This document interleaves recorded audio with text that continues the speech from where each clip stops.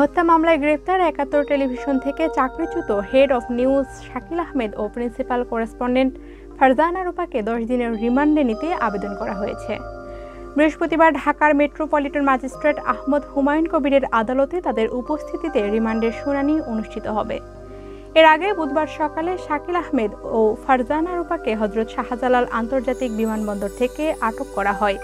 তারা বিদেশ যাওয়ার উদ্দেশ্যে বিমানবন্দরে গেলে ইমিগ্রেশন কর্তৃপক্ষ তাদের আটক করে ডিবিতে হস্তান্তর করে। এরপর রাজধানীর উত্তরে একটি হত্যা মামলায় তাদের গ্রেফতার দেখায় পুলিশ।